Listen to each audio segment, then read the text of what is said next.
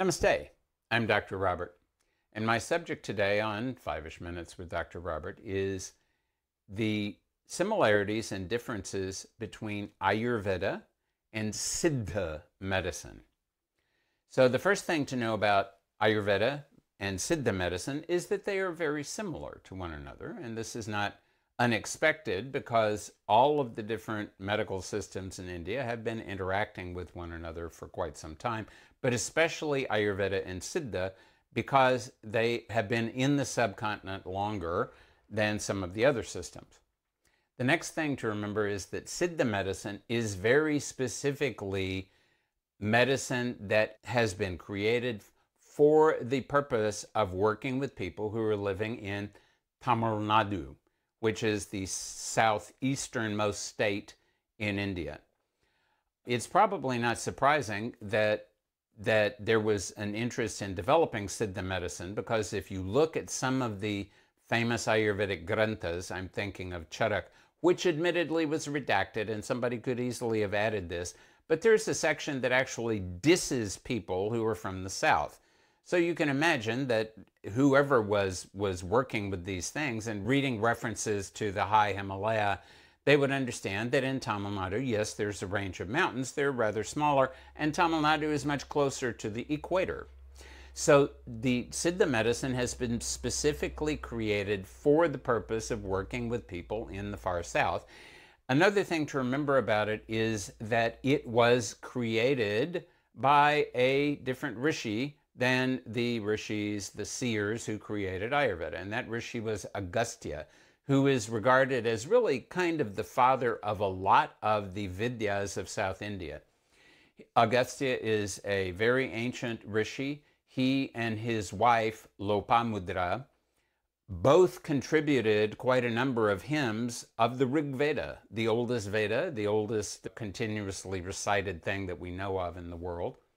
Not only, of course, does this remind us that there were women who were actually seers of the Veda, and therefore women were definitely back at that time reciting the Veda, but it is also a good reminder that both Agastya and Lopamudra were working together. Agastya is said to have created a large number of interesting things in Tamil Nadu, but also that he was the first Siddhar. So the word Siddha medicine is related to this word Siddhar. That means someone who has become very accomplished and potentially immortal in some way or another.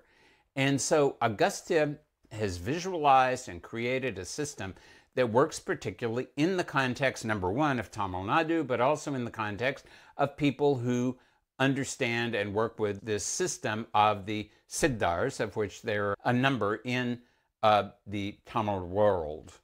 So, as from the point of view of the structure, there are the 5 Buddhas, there are 96 tattvas, but those tattvas are very similar to what is to be identified in Ayurveda. They're the 3 doshas and so on, but they are specifically being applied to a very southerly, quite tropical area and to the culture of that very specific area. Probably the most different thing between Ayurveda and Siddha is the fact that Siddha medicine employs, to a substantial extent, the use of various metals and minerals. Yes, in North India, there is a substantial use of metals and minerals also, but they're used in a different way. And definitely in the southern variety of Ayurveda, especially in Kerala, there is very minor use of minerals and metals. What this does mean is that if you're going to work with Siddha medicine, you need to know that the person you're working with is an expert, because if the metals are not properly prepared, they can easily create quite a bit of problem. I was very fortunate to meet a real expert in Siddha medicine. Sadly, he has passed on, Dr. Brahmendra Swamigal.